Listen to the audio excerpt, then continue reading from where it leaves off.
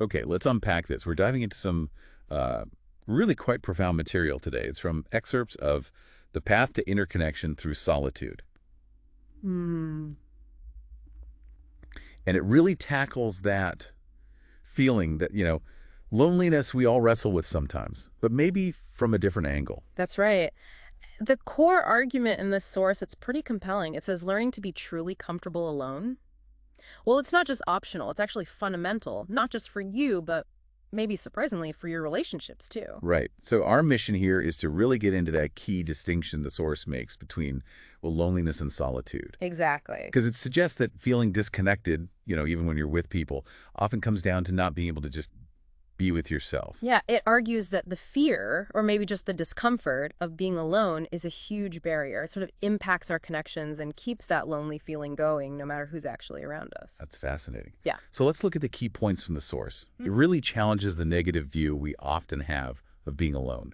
Why does it say we tend to fear it? Well, the source suggests this fear often stems from needing constant validation from outside, from relationships. It's like we've learned to believe our worth, maybe even our existence, is tied up in belonging, in connecting with others. Ah, okay. So being alone can feel, well, it says like an abnormal and anxious state, almost like being worthless. And this is where it takes that really critical turn, isn't it? It's Yeah. saying loneliness isn't just about other people not being there. Precisely. The source is quite forceful on this. Loneliness doesn't really come from a lack of people, but from a loss of self. You could be in the busiest place, it suggests, and still feel deeply lonely if you've lost that connection inside. Wait, hang on. So needing that external validation, Yeah.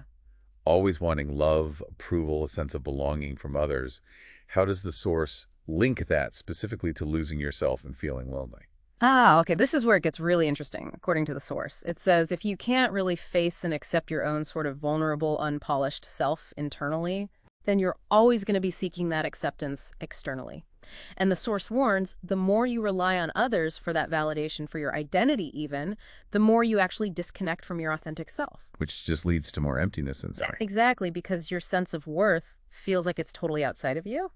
So, okay, instead of just being this awful feeling we want to run from, the source reframes loneliness. How? Yes, it calls loneliness a signal, like an important message. It's telling you basically you have lost yourself. Hmm? And if you ignore that signal, you just stay stuck needing others to define you, which kind of paradoxically just makes the loneliness worse. And the alternative it offers isn't simply stop being lonely.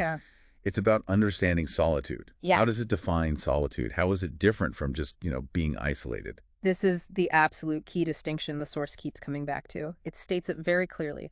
Isolation is disconnection. It's being cut off from others and from yourself. But solitude is a deliberate and deep encounter with your inner self. It's an active choice. You're turning inward intentionally, not because you're hiding, but because you're choosing to connect with you. Okay, so pulling all this together, the main takeaway from this source really hinges on that distinction. Isolation means disconnection, but solitude, that's an active meeting with yourselves. And it really emphasizes that loneliness can stick around no matter how many people are present if that fundamental connection with your own self is missing. Which means, based on this source, there's no need to actually fear being alone. It's presented as the space where you can finally hear what's going on inside. I like how it puts it. Only in that silence can you finally speak to yourself. It really does shift the perspective, doesn't it? This source suggests the path to feeling less lonely, maybe counterintuitively, starts not by chasing more external connections, but by actively cultivating that deliberate time with yourself, that inner encounter. So, building on what this source suggests, here's something for you, our listener, to think about. If loneliness is indeed a signal that you've lost touch with yourself, what specific message might that signal be trying to send you right now?